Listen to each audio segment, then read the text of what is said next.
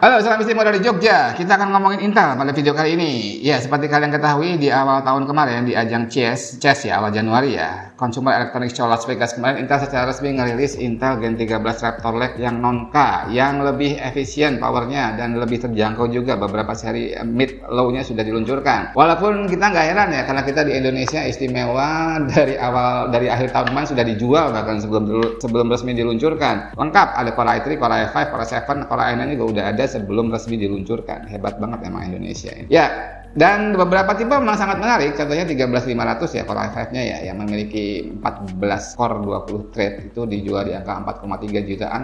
Sangat menarik dan terbukti ya. Ketika kita ngomong itu sangat menarik, tiba-tiba aja semuanya minta cari prosesor itu, dan sekarang kalau kalian cari 13500 sudah goib, nggak ada di market. Harganya moga-moga aja nggak kegoreng ya. Moga-moga supaya bisa masuk lagi dan nggak sempat digoreng harganya, karena 4,3 itu emang sweet spot banget. 14 core 20 thread. Ya, dan di video kali ini kita akan bahas ini kakaknya ya, Core i7 ya, 13700F yang non-K juga.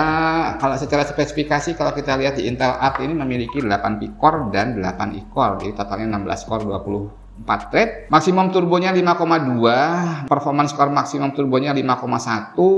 Terus total smart cache-nya ada di 30 megabyte. Terus kalau kita lihat maksimum turbo powernya di 219 watt. Terus prosesor base powernya di 65 watt. Jadi kalau diterjemahkan di PL1 PL2, PL1-nya 65 watt, PL2-nya 220 watt. 65 ke 220 lah kita gampangnya ya. Memang agak jomplang banget ya PL1 ke PL2-nya. Ya, itu spesifikasi dasarnya seperti itu. Dan yang saya jadi pertanyaan buat saya pribadi adalah, Intel itu menyertakan stok cooling ya, Intel laminar kayak gini ya, yang bukan yang kayak kita lihat di internet ada yang tinggi itu, enggak. Ini kayaknya hampir sama dengan yang dipakai di 12400 series, bahkan kayaknya di 12100 series juga kayak gini ya, ceper gini. Dan ini plastik ya, fin sebelah sini itu plastik ya, fin aluminiumnya cuma ada di dalamnya ini ya. Dan kalau kita lihat memang sudah copper base ya. Cuman dari pengalaman saya, ini kalau nggak salah sama juga yang dipakai di Core i5 13500. Core i5 13500 aja yang secara konfigurasi core dan thread tidak sebanyak Core i7 13700F ini, itu kalau mau jalan optimal, jalan di clock yang cukup tinggi 4,4 kalau nggak salah ya, itu nggak bisa pakai ini karena kepanasan ya. Jadi harus kita ganti dengan third party cooling yang cukup lumayan, baru bisa normal. Kalau nggak, dia akan turun clocknya sehingga multi core performance-nya nggak jauh beda dengan 13400 ya.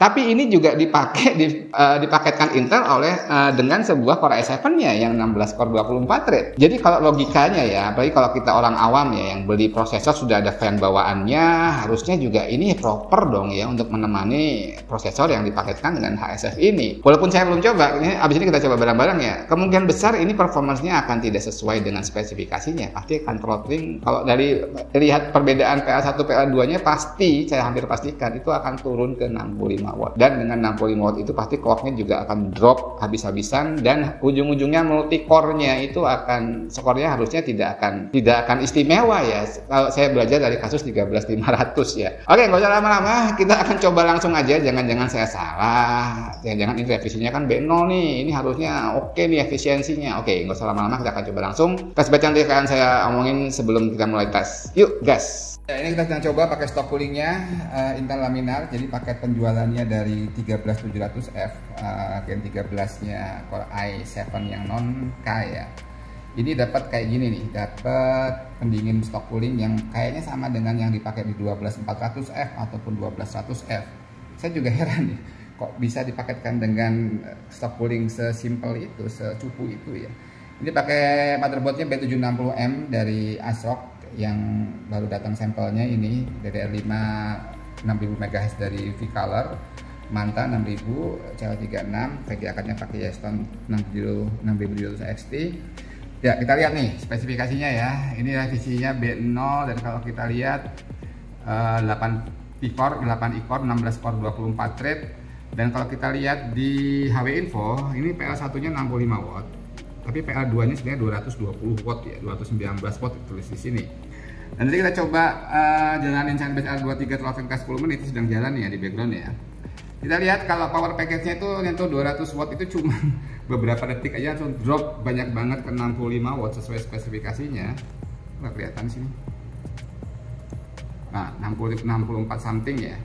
Dan clocknya kalau kita lihat itu harusnya 5,1 ya. Itu turun jadi P-core-nya sekitar 3,3, terus P-core-nya di angka 2,7 MHz, 2,7 GHz. Ya, memang kayaknya nggak mungkin ya Intel laminar entry level seperti itu dipaketkan dengan sebuah 16 core 24 thread ya. Kalau suhunya sih begitu 65 watt jadi normal ya, jadi sekitar 70-an derajat Celcius aja. Oke, bentar kita lihat ya, kalau dengan stok coolingnya dan kondisi default hanya load SMP, kira-kira skornya berapa? Ya, sudah hampir mendekati, sudah hampir selesai ya, throttling test 10 menit. Memang dropnya banyak banget ya, dari 5,1 P-core-nya jadi 3,3, itu 1,7, 1,8 GHz dropnya ya. Jadi memang karena menurut saya nggak proper ya. Intel laminar kayak gini kok dipaketin sama 16 core 24 thread prosesor yang TDP PL2 nya 220 watt. Oke, ini sudah mendekati akhir, kita akan lihat kira-kira skornya berapa dan akan coba kita bandingkan dengan beberapa Intel prosesor yang harganya levelnya lebih rendah ya. Ini jelas tidak optimal ya, maksudnya hanya berjalan di 3,3 GHz. Bentar lagi kita lihat, hampir selesai. Ya, cuman 19.500 sekian ya. Oke, habis ini coba kita obrolin sebentar. Oke, sudah kita lihat hasilnya, ternyata sesuai dugaan saya. Ketika kita hanya menggunakan stok coolingnya ini, Intel laminar ini, itu berjalan di skenario kedua, yaitu jalan di TDP di power package 65 watt.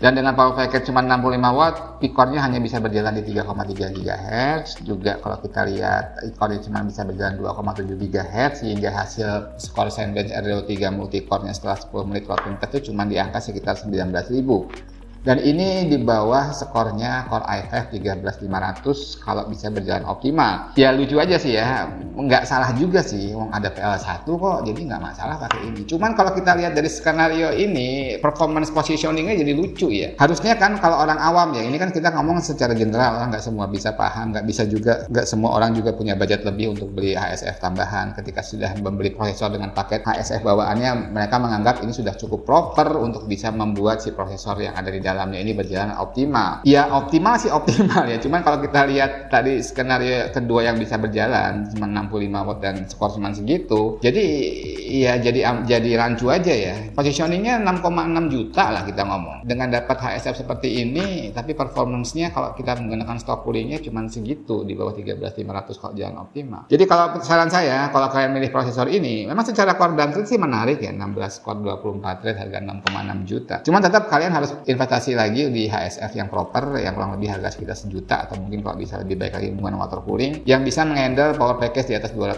watt ya. Kalau kita lihat contohnya yang di atas 200 watt kemarin kayak misalnya 13600K itu juga nggak bisa lah. Pakai NHD15 nya Noctua aja masih tembus 100. Harusnya ini juga lebih gede ya. Bisa kalau di loss itu mungkin sekitar 230-an watt, dan itu saran saya sih kalau mau bener-bener aman dan optimal pakai 360 mm water cooling yang proper. Dan itu juga nggak bisa murah, mungkin bisa 1,5 sampai 2 juta rupiah. Ya gimana ya kalau kita bandingin harga segitu, kalau kita ngomong oke lah kita pakai yang tambah sejuta untuk HSF-nya ya, 6,6 tambah 1 juta dapat apa sih, AK620 mungkin NHD 15 1,2 jutaan. Itu harganya jadi sama dengan Ryzen 9 7900 X6X yang kita bahas kemarin, yang sudah dibawain juga Wright Prism cooling bawaannya AMD, dan terbukti realistis. Dengan cooling bawaannya si AMD Wright Prism itu 7900 bisa berjalan optimal, bahkan bisa kita optimalisasi lagi untuk berjalan di clock yang lebih tinggi dibandingkan defaultnya, dan juga bisa suhunya bisa berjalan cukup normal ya dengan hanya bawaannya Wright Prism bisa di sekitar 80 sampai 85 derajat. Dan itu jadi solusi yang lebih praktis untuk orang awam ya. Beli prosesor dapat HSF ya dipakai gitu.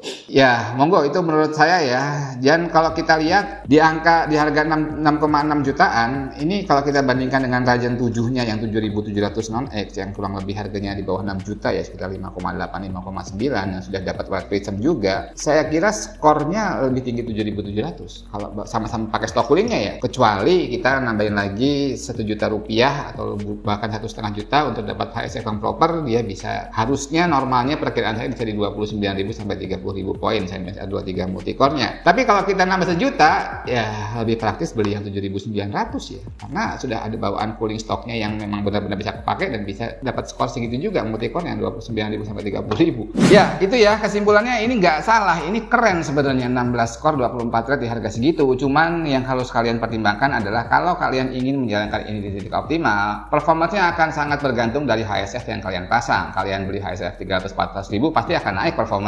Dan kalau di titik optimalnya juga harus pakai HSF yang benar-benar proper, yang benar-benar bagus performanya, dan itu juga nggak bisa murah ya. Dan dari sisi ini juga kelihatan agak membingungkan ya. Kalau kalian punya uang misalkan budget untuk prosesor sekitar 7,5 juta, mending beli ini plus HSF third party brand atau beli 7.900. 7.900 di angka 7,6 jutaan sudah dapat proper ya, sudah dapat HSF yang cukup proper yang beneran bisa dipakai dan bisa menyamai performance 13700F ini kalau menggunakan HSF yang proper dengan konsumsi daya yang harusnya jauh lebih hemat ya. Dan ataupun kalau kalian ingin hanya menggunakan HSF bawaannya, ini kalau menurut saya kurang lebih performanya akan sama dengan Ryzen 7 7700 polos ya, yang non-X ya, yang sudah dapat White Prism juga. Kurang lebih perkiraan saya multi-core-nya di angka sekitar 19.000 juga. Tapi itu tergantung dari kalian lah ya. Intinya itu, ini secara prosesor keren, cuman kalian harus pertimbangkan masalah HSF-nya kalau ingin menjalankan prosesor ini di titik optimal. Oke, moga-moga aja kalian paham, nggak tambah bingung. Intinya seperti itu, semoga bisa membantu, semoga yang singkat dan sederhana ini bisa menginspirasi dan memberikan info yang berguna buat kalian. Sampai jumpa di video berikutnya. Salam Simo dari Jogja.